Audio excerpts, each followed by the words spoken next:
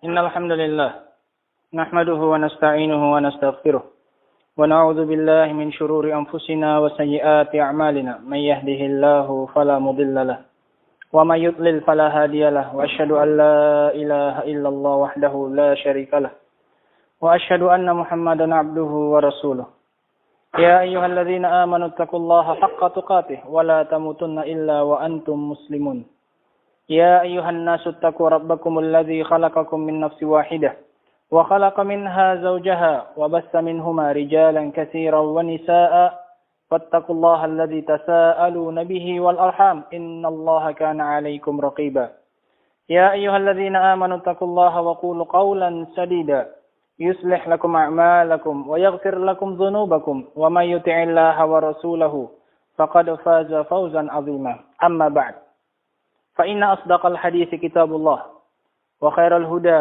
هدى محمد صلى الله عليه وعلى آله وسلم وشر الأمور محدثاتها فإن كل محدثة بدعة وكل بدعة ضلالة وكل ضلالة في النار.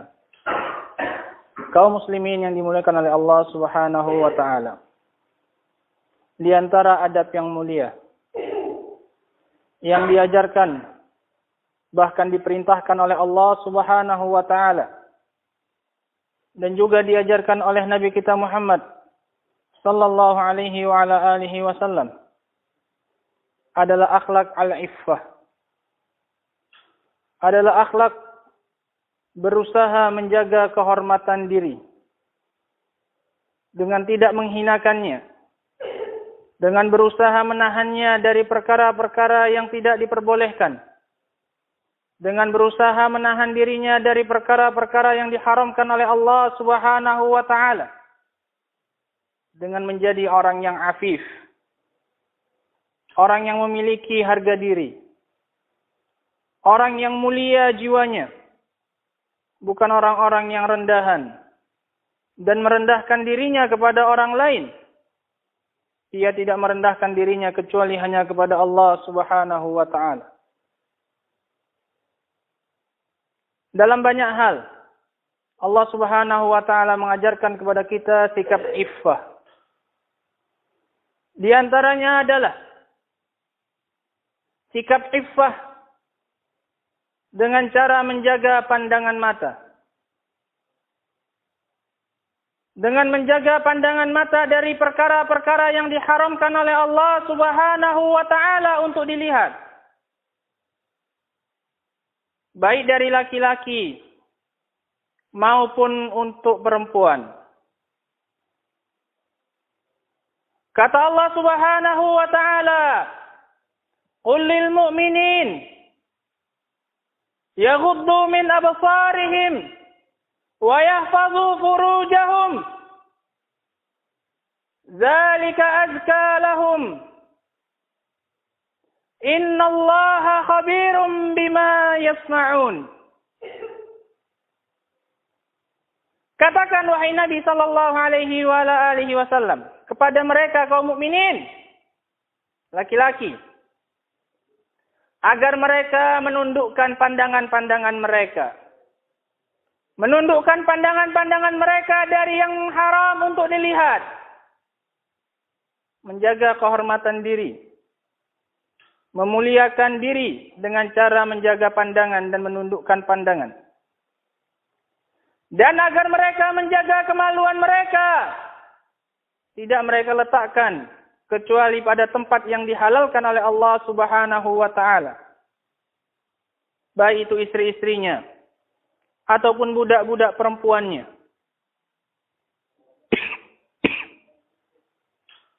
Yang demikian kata Allah, lebih suci bagi mereka. Jiwa mereka akan bersih tatkala mereka menundukkan pandangan mereka dari yang diharamkan oleh Allah Subhanahu wa taala. Kemudian Allah mengancam, dikarenakan pandangan mata sulit untuk diketahui, karena hanya berupa lirikan dan gerakan mata saja. Allah mengancam bahwasanya Allah Subhanahu wa taala Maha mengetahui, kata Allah, apapun yang mereka lakukan. Gerakan yang sedikit, hanya dari bola mata kita. Allah beritahukan bahwasanya Allah mengetahuinya. Sungguh ayat yang menakutkan. Setelah Allah Subhanahu wa taala memerintahkan kita untuk menundukkan pandangan, kemudian Allah ingatkan kita agar tidak bermudah-mudahan karena Allah Subhanahu wa taala mengetahui semua yang kita lakukan. Ini perintah untuk kaum muslimin, kaum mukminin laki-laki. Perintah yang sama juga Allah berikan kepada para wanita, kaum mukminat. Kata Allah Subhanahu wa taala, "Wa qul lil mu'minat yaghdudna min absarihin wa yahfazna furujahunna."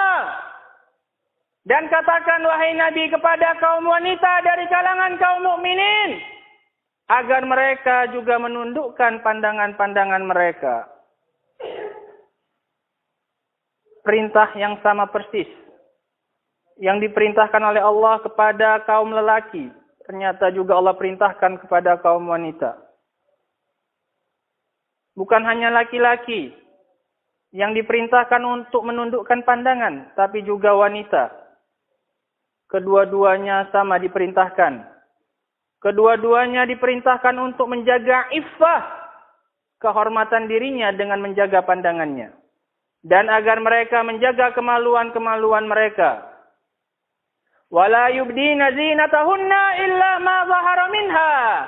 Dan tidaklah mereka menampakkan perhiasan-perhiasan mereka kecuali yang tidak bisa mereka sembunyikan. Disebutkan oleh sebagian ulama bahwasanya yang dimaksudkan dengan perhiasan yang tidak mau nampak adalah seperti pakaian luar, jilbabnya ataupun gamisnya yang memang tidak bisa dia sembunyikan dari pandangan manusia. Adapun yang jika bisa dia sembunyikan, maka wajib bagi sang wanita untuk menyembunyikannya, kecuali bagi orang-orang yang boleh untuk melihatnya. Kaum muslimin yang dimuliakan oleh Allah, satu bentuk dari bentuk-bentuk menjaga kehormatan diri adalah dengan cara menundukkan pandangan kita. Kemudian, yang juga Allah Subhanahu wa taala perintahkan untuk kita menjaga kehormatan diri kita. Yang Allah sebutkan di dalam Al-Quran adalah tatkala orang belum mampu untuk menikah. Maka hendaknya baginya benar-benar menjaga kehormatan dirinya. Sampai Allah Subhanahu wa ta'ala memberi kecukupan baginya. Kata Allah Subhanahu wa ta'ala, "Wal yasta'fifil ladzina la yajiduna nikaha hatta yughniyahumullahu min fadlih." Kata Allah Subhanahu wa ta'ala, hendaklah menjaga kehormatan dirinya orang-orang yang masih belum mampu untuk menikah, belum sanggup. Hendaknya dia menjaga kehormatan dirinya dan tidak bermudah-mudahan dalam masalah ini dengan mencari pelarian yang diharamkan oleh Allah Subhanahu wa taala. Hatta yughniyahumullahu min fadlih, sampai Allah karuniakan kepadanya kecukupan. Sabar. Tetap dia menjaga kehormatan dirinya sampai Allah bukakan karunia untuknya. Kemudian dia mampu untuk menikah. Bahkan, seorang wanita yang sudah tua renta sekalipun, yang sudah tidak memiliki nafsu untuk menikah, tetap dianjurkan oleh Allah Subhanahu wa ta'ala untuk menjaga kehormatan dirinya. Kata Allah Subhanahu wa ta'ala, "Wal qawaidu minan nisa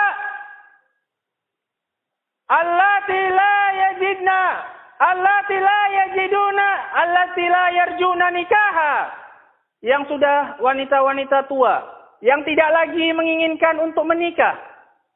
Falaisa 'alaihinna junahun an yadha'na thiyabahunna, maka tidak ada dosa bagi mereka untuk melepaskan pakaian besar mereka, luar mereka, jilbab mereka. Tidak mengapa. Bagi wanita yang sudah tua, sepuh. Itu pun kata Allah Subhanahu wa taala dalam lanjutan ayatnya. Ghaira mutabarrijatin bizinah, dengan tidak berhias dengan menggunakan perhiasan. Bukan berarti tatkala ia menanggalkan jilbab besarnya, jilbab luarnya, kemudian dia berhias dengan perhiasan. Tetap kata Allah Subhanahu wa taala dengan tidak berhias dengan perhiasan. Wa an yasta'fifna khairun lahunna. Di akhir ayatnya lihat. Bagaimana Allah Subhanahu wa taala memerintahkan kepada mereka, menganjurkan, mendorong mereka untuk tetap menjaga kehormatan diri mereka. Dan seandainya mereka ingin menjaga kehormatan diri mereka dengan tidak melepaskan jilbab mereka, maka itu tetap lebih baik bagi mereka. Di awalnya Allah memberi keringanan bagi mereka. Nenek-nenek tua yang sudah tidak lagi memiliki keinginan untuk menikah. Itu pun dengan syarat tidak berhias. Namun di akhir ayatnya tetap Allah menyatakan, jika mereka ingin menjaga kehormatan diri mereka dengan tidak melepas jilbab mereka, maka itu tetap lebih baik bagi mereka. Luar biasa syariatnya Allah Subhanahu wa taala. Di saat orang-orang bermudah-mudahan dalam permasalahan aurat, ternyata Islam justru bahkan mendorong wanita yang sudah tua renta sekalipun untuk menjaga auratnya. Maka bagaimana lagi dengan wanita-wanita yang jelas-jelas masih memiliki syahwat, yang jelas-jelas bisa memicu syahwat orang lain dengan dia menampakkan auratnya. Namun ternyata banyak dari kaum muslimah lebih memilih untuk menjadi nenek-nenek daripada memilih menjadi diri mereka sendiri yang sebenarnya belum mendapatkan rukhsah, keringanan untuk melepaskan jilbab mereka. Kaum muslimin yang dimuliakan oleh Allah Subhanahu wa taala. Sikap iffah ini menjaga kehormatan diri juga diajarkan oleh Allah Subhanahu wa taala bagi seseorang yang menanggung dan mengurus anak yatim. Yang menanggung dan mengurus harta anak yatim yang diwariskannya dari orang tuanya. Setelah Allah Subhanahu wa taala memerintahkan wali anak yatim tersebut yang memegang harta anak yatim tersebut sebelum menyerahkan harta mereka kepada anak yatim tersebut. Karena kan mereka yatim yang meninggal bapaknya, maka mereka memiliki harta dari bapaknya. Maka harta mereka sementara diurus oleh seseorang yang disebut wali yatim. Dan tidak diserahkan kepada anak tersebut dikarenakan akan habis. Maka kata Allah Subhanahu wa taala, sebelum menyerahkannya diuji mereka, para anak yatim tersebut. Jika memang mereka telah bisa menggunakan harta dengan baik, baru diserahkan kepada mereka. Jika masih belum bisa, maka tetap sang wali menahan harta tersebut dan belum menyerahkannya kepada sang anak. Dalam masalah ini Allah Subhanahu wa taala menyatakan, memberi ketentuan. Wa may yastaghni wa man kana ghaniyan falyasta'fif, kata Allah Subhanahu wa taala. Barang siapa yang kaya, yang mengurus harta anak yatim sementara dia dalam keadaan kaya, falyasta'fif, kata Allah. Maka hendaklah dia menjaga kehormatan dirinya dengan tidak mengambil sedikit pun dari harta anak yatim tersebut. Dia makan murni dari hartanya dan dia beri anak yatim tersebut dari harta sang anak yatim. Tidak kongsian dengan menggunakan harta anak yatim. Tidak dia berdalih bahwasanya dia yang mengurus sang anak yatim. Kemudian hartanya, kemudian dia berhak mendapatkan sedikit dari harta tersebut. Tidak. Kata Allah Subhanahu wa taala, barang siapa yang kaya dari pengurus-pengurus harta anak yatim, hendaklah dia menahan diri dengan tidak memakan sedikit pun dari harta tersebut. Wa man kana faqiran falyakul bil ma'ruf. Barang siapa yang miskin dari wali-wali yatim tersebut, sementara dia harus mengurus anak yatim tersebut dan hartanya, maka silahkan kata Allah dia makan. Diberi izin oleh Allah Subhanahu wa taala dengan syarat dia miskin. Itu pun dengan cara yang baik kata Allah Subhanahu wa taala. Cukup yang sekedarnya saja. Dikarenakan dia memiliki hak karena dia telah membantu anak yatim tersebut menjagakan hartanya. Adapun bagi yang kaya, kata Allah, fal yasta'fif. Hendaklah dia menjaga iffahnya, menjaga kehormatan dirinya. Wallahu ta'ala a'lam bis-shawab.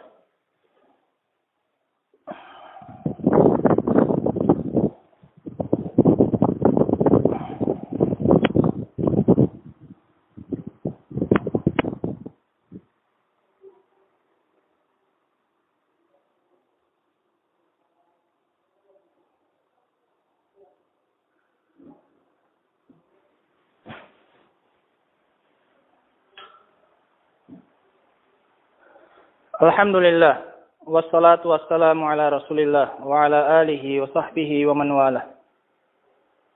Kaum muslimin yang dimuliakan oleh Allah Subhanahu wa taala. Dari Abu Sa'id Al-Khudri radhiyallahu taala anhu, dia berkata, "Inna nasan minal ansar atau Nabiya sallallahu alaihi wa ala alihi wasallam." Kata Abu Sa'id, sekelompok orang Ansar datang menemui Nabi sallallahu alaihi wasallam. Fasa'aluh, maka mereka pun meminta kepada Nabi SAW pemberian. Fa'atahum, maka Nabi pun memberikannya kepada mereka. Tsumma sa'aluhu fa'atahum, kemudian mereka meminta lagi. Nabi pun memberikannya. Hatta nafidha ma indah, sampai habis yang ada pada beliau. Tidak ada lagi. Faqala, maka saat itu Nabi berkata, Ma yakunu indi min khairin, falan addakhirahu ankum. Kebaikan apa saja yang ada di tanganku, maka tidak akan pernah aku simpan dari kalian. Pasti akan aku berikan jika kalian memintanya. Jika diminta, maka beliau akan memberikan semua yang ada di tangan beliau sampai habis. Akan tetapi Nabi SAW mengarahkan mereka, para sahabat dari Ansar ini, kepada sesuatu yang lebih baik untuk mereka di kemudian hari, bahkan sampai akhirat mereka. Kata Nabi SAW, Wa may yasta'fif yu'ifahullah. Barang siapa yang menjaga kehormatan dirinya dengan tidak meminta-minta, maka Allah Subhanahu wa taala akan menjaga kehormatan dirinya.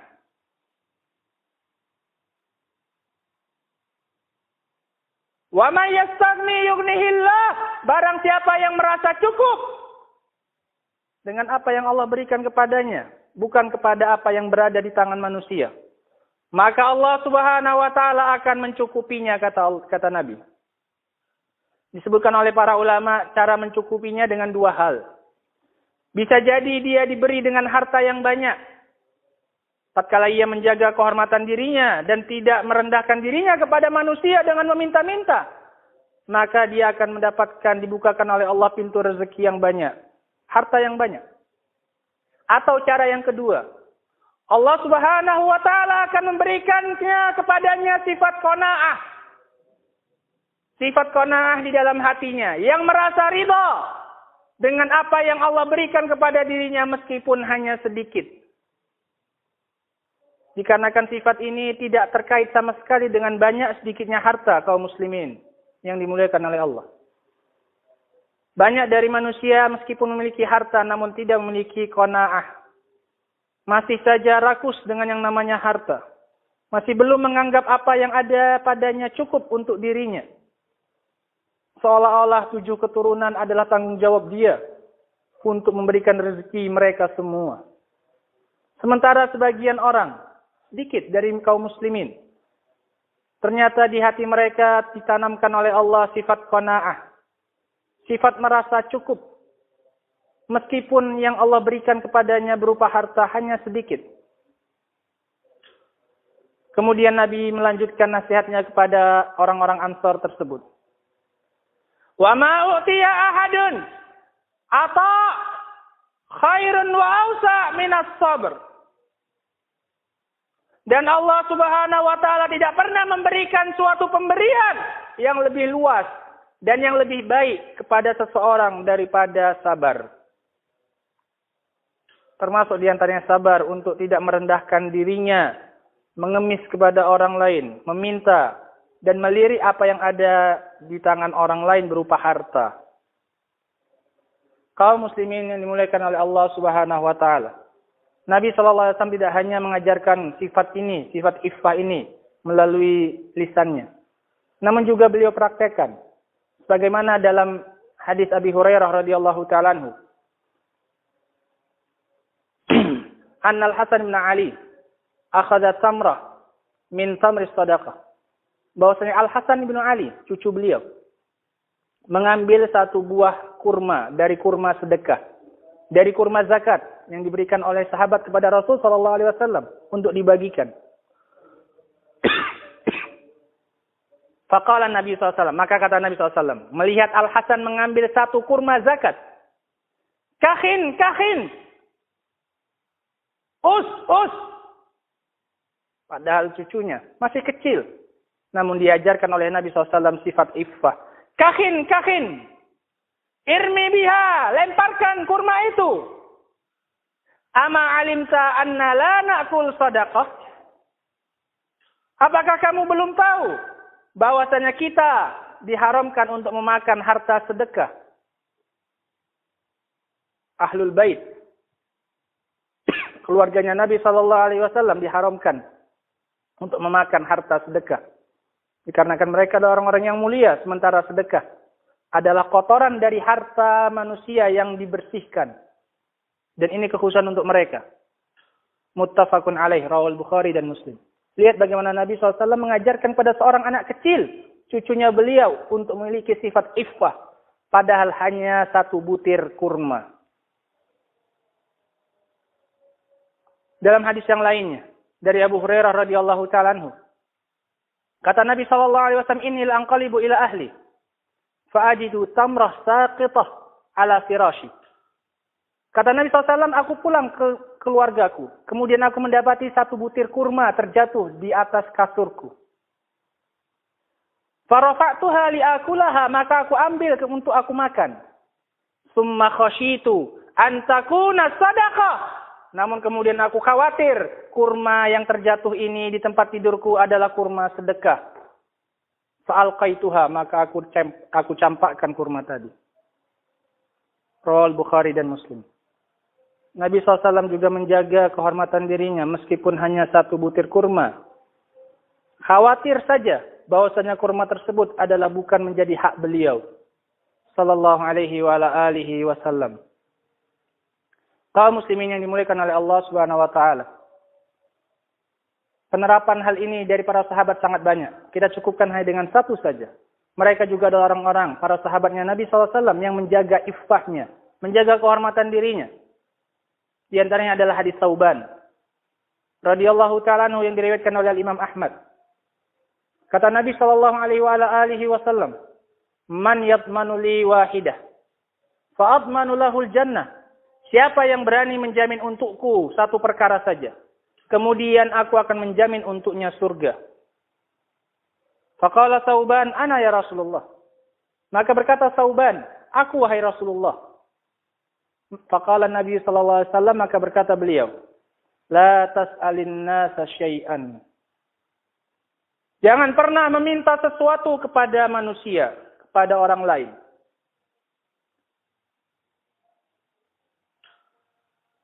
Ini yang diminta oleh Nabi untuk jaminannya dari Sauban. Kalau kamu sanggup, maka aku akan menjamin untukmu surga.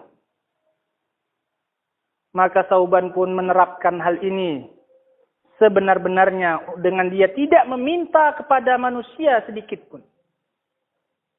Sampai-sampai kata mereka, hatta inna sauta Sauban saqat. Sampai-sampai suatu ketika tongkatnya Sauban terjatuh. Wa huwa ala ba'iri, sementara ia di atas untanya. Terjatuh tongkatnya ke tanah. Fayunikh wa ya'khudhu syautah. Maka dia menderumkan untanya, mendudukkan untanya dan turun mengambil tongkatnya. Wala yaqul li ahadin nawilni. Dan dia tidak mengatakan kepada seorang pun, tolong ambilkan tongkat tersebut. Luar biasa. Hadis riwayat Ahmad. Penerapan dari Sauban untuk dia benar-benar tidak meminta kepada manusia, bahkan meminta tolong untuk diambilkan tongkatnya pun tidak. Jika dia masih mampu melakukannya, maka dia lebih memilih untuk turun dari untanya. Padahal dia tahu unta itu tidak mudah untuk mendudukkannya, kemudian menegakkannya. Tapi dalam rangka mendapatkan surga yang dijanjikan, yang dijaminkan oleh Rasulullah SAW, dia rela untuk benar-benar sama sekali tidak meminta kepada manusia sedikit pun, meskipun hal yang dianggap sepele. Wallahu ta'ala a'lam bishawab. Ini yang bisa kita sampaikan. Semoga bermanfaat bagi yang berbicara dan bagi yang mendengar, untuk kemudian kita menerapkannya dalam kehidupan kita sehari-hari, dan menjadi orang-orang yang benar-benar bisa menjaga iffahnya, kehormatan dirinya, dalam segala hal, dan terutama dari perkara-perkara yang diharamkan oleh Allah Subhanahu wa ta'ala. Walhamdulillahirabbil alamin.